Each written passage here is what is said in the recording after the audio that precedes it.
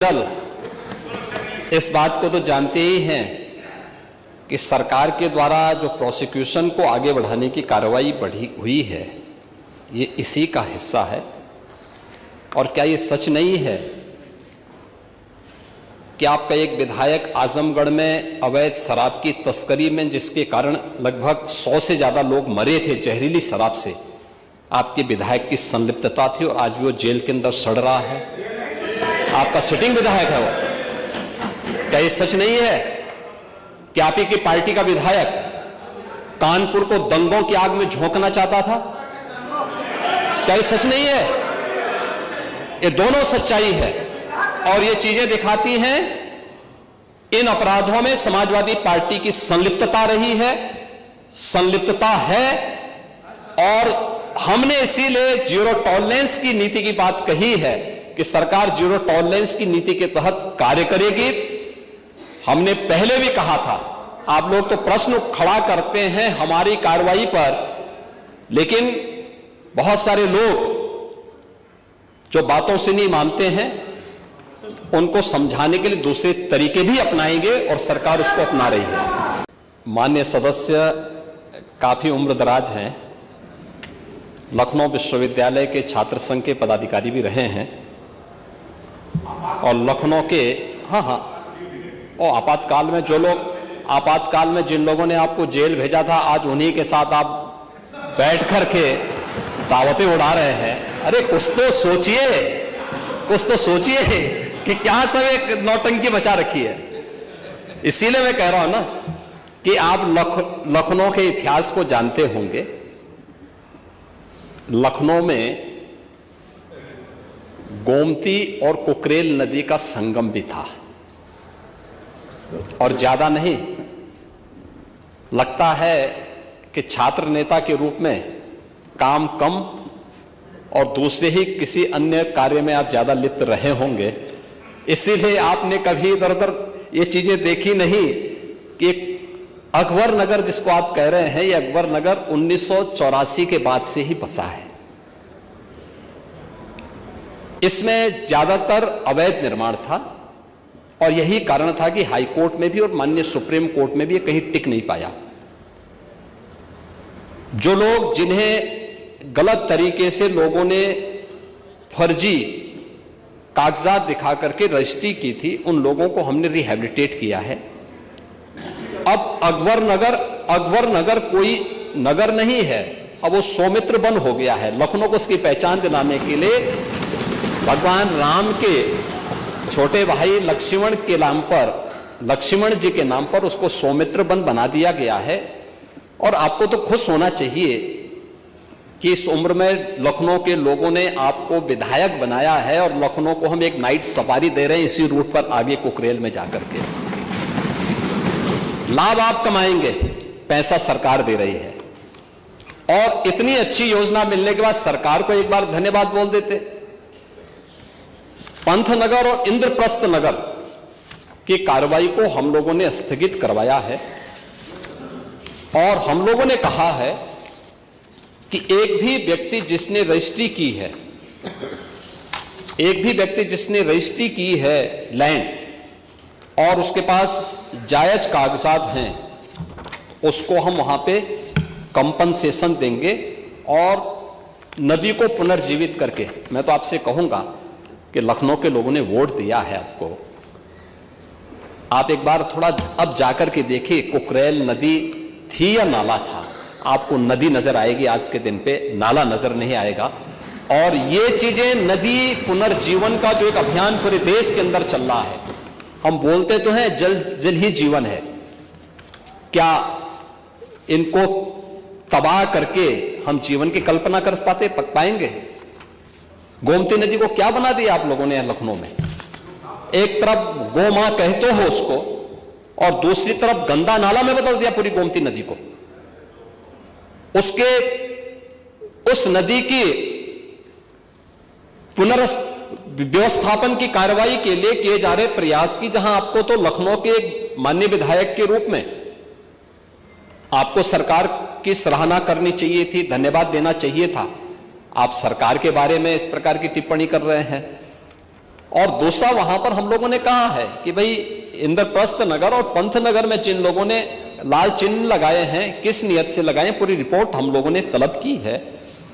और अगर गलत नियत से किसी ने किया होगा तो उसकी जवाबदेही भी तय होगी। लेकिन अगर सावधानीवश केवल चिन्हित करने के लिए किए हैं कि कोकरेल नदी के पुनर्व्यवस्थापन के लिए, तो मुझे लगता है कि वह लोगों को सावधान करने के लिए है।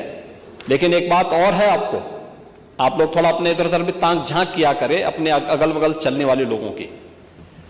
अगर आप देखेंगे जितने भू माफिया थे, जिन लोगों ने गरीबों को ठगा है, इसमें ज्यादातर समाजवादी पार्टी से जुड़े हुए लोग थे। ये सरकार महिला सुरक्षा के प्रति पूरी तरह गंभीर है और उस गंभीरता का परिणाम ही है कि प्रदेश के अंदर इस सरकार ने आने के बाद सबसे पहले शोधों पर लगाम कसने के लिए जो कार्रवाई की, एंटी रोमियो स्क्वाड का गठन उसका एक उदाहरण है। और मुझे बताते हुए दुख है कि एंटी रोमियो स्क्वाड का जब हमने गठन किया था, सबसे पहले समाजवादी पार्टी ने इसका विरोध किया था, उसने विरोध किया था। और मुझे बोलने में भी कोई संकोच नहीं है कि महिला संबंधी अपराध से जुड़े हुए ज्यादातर मामलों में समाजवादी पार्टी से डायरेक्ट या इनडायरेक्ट जुड़े हुए लोग उसमें इन्वॉल्व पाए जाते हैं। और यही नहीं, महिला संबंधी अपराध में ये उस पीढ़ी का प्रतिनिधित्व करते हैं, ये उस पीढ़ी का प्रतिनिधित्व करते हैं जिस पीढ़ी ने कहा था, जिसने कहा था कि लड़के हैं गलती कर देते हैं। ये महिला सुरक्षा की बात क्या करेंगे? ये महिला सुरक्षा के लिए तो समाजवादी स्वयं ही एक गंभीर खतरा है। और इसीलिए महिला सुरक्षा के बारे में प्रदेश सरकार पूरी तरह सचेत है, सक्रिय है। हर बेटी को भी, हर व्यापारी को भी सुरक्षा प्रदान करने के लिए पूरी तरह प्रतिबद्ध है। प्रश्न संख्या 2, माननीय मुख्यमंत्री जी, आपने बताया इतने को हमने दंडित कराया, तो क्या पूछा गया था कुल कितनी घटनाएं हुई? तो जो दंडित हो जाते कोर्ट से उन्हीं को आप घटना मानते हैं कि जो घटनाएं घटती हैं उनको भी घटना मानते हैं? यह स्पष्ट कर दें कुल कितनी घटनाएं घटित हुई। आपने नेता प्रतिपक्ष, मैं आपका सम्मान करता हूं और आप दो बार इस माननीय सदन के अध्यक्ष के रूप में अपनी सेवाएं दिए हैं और आपने पहला प्रश्न किया है आज यहां पर। पहले तो आपके चयन के लिए मैं आपको बधाई देता हूं। ठीक है, अलग विषय है कि आपने चचा को गच्चा दे ही दिया। चचा बेचारा हमेशा ही ऐसे ही मार खाता है, उनकी नियति ही ऐसी है, क्योंकि भतीजा हमेशा भयभीत रहता है। लेकिन आप इस सदन के एक वरिष्ठतम सदस्यों में से हैं, आपका मैं सम्मान करता हूं। मैंने आपको पहले भी बताया कि 24,000 जो महिला संबंधी अपराध थे प्रदेश के अंदर 2016 में, अगर हम देखेंगे तो बलात्कार की जो घटनाएं घटित हुई थी वह 1838 हुई थी। लेकिन अगर मैं 24 के अंदर की घटना बताता हूं, इनकी संख्या है 1373। और मुझे लगता है ये घटनाएं बताती है 25% से अधिक की कमी इस बारे में बताती है कि अपराधी आबादी तो बढ़ी होगी इस दौरान, और आबादी बढ़ने के क्रम में अपराध कम हो रहा है, नियंत्रित हो रहा है। लेकिन जो मैंने कहा, महिला संबंधी अपराध दोनों प्रकार के होते हैं, घर के अंदर भी होते हैं और घर के बाहर भी होते हैं। दोनों के लिए सरकार ने उस प्रकार की सेवाएं भी उपलब्ध की हैं। घरेलू हिंसा से संबंधित मामलों में 181 की सेवा है। घर के बाहर की सुरक्षा के बारे में जागरूकता पैदा करने के लिए और उन्हें सुरक्षा उपलब्ध कराने के लिए तत्काल वो कॉल कर सके, इसके लिए 1090 की सेवा उन्हें उपलब्ध कराई गई है। लेकिन साथ साथ क्विक रिस्पांस टीम 112, इन दोनों के साथ इंटीग्रेट करके अगर कहीं भी कोई अपराध होता है, अगर इन तीनों में से किसी को भी कॉल करेंगे तो वहां पर आपको सेवा उपलब्ध होगी इसके बारे में, लेकिन इस पे समय पे चार्जशीट दाखिल करना, डिस्ट्रिक्ट मॉनिटरिंग कमेटी की बैठक के साथ जुडिशरी के साथ बेहतर तालमेल बना करके इस प्रकार के मामलों में समय पे अपराधियों को सजा दिलाने के लिए एक प्रोसिक्यूशन को आगे बढ़ाना और अपराधियों को सजा दिला दी जाए, यह महत्वपूर्ण है। उसी का परिणाम है जो मैंने आपको पहले बताया कि अगर महिला संबंधी जो उनके महिलाओं के विरुद्ध और पास्को संबंधित अपराधों में अब तक हम लोगों ने 16,718 अभियुक्तों को अब तक सजा दिलाई है। इसमें से अगर आप देखेंगे कि 2121 को हम लोगों ने मृत्युदंड, 1,713 को आजीवन कारावास, 4,653 को 10 वर्ष या उससे अधिक का कारावास और 10,331 को 10 वर्ष से कम की कारावास की सजा दिलाई है। ये जो अपराध, जिन अपराधियों की सजा दिलाई गई है, इसमें आप देखते होंगे अक्सर समाचार पत्रों में आता है कि 1 महीने के अंदर दुष्कर्मी को सजा दिलाई गई। ये प्रोसिक्यूशन को फास्ट करने, समय पे चार्जशीट दाखिल करने का परिणाम है।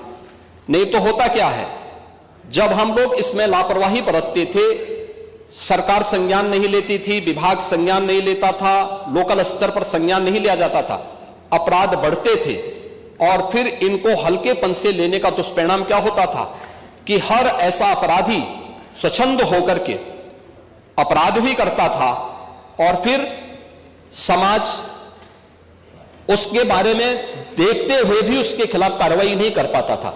लेकिन आज अपराधी के मन में भय है और उस भय का परिणाम आज हम सबके सामने देखने को मिल रहा है कि उत्तर प्रदेश का जो ई प्रोसिक्यूशन पोर्टल है वो देश के अंदर नंबर 1 पर है और उत्तर प्रदेश इस मामले में ऐसे अपराधियों को सजा दिलाने के लिए, महिला संबंधी अपराधियों को, जो भी ऐसे अपराधी हैं उनको सजा दिलाने में उत्तर प्रदेश देश के अग्रणी राज्यों में है।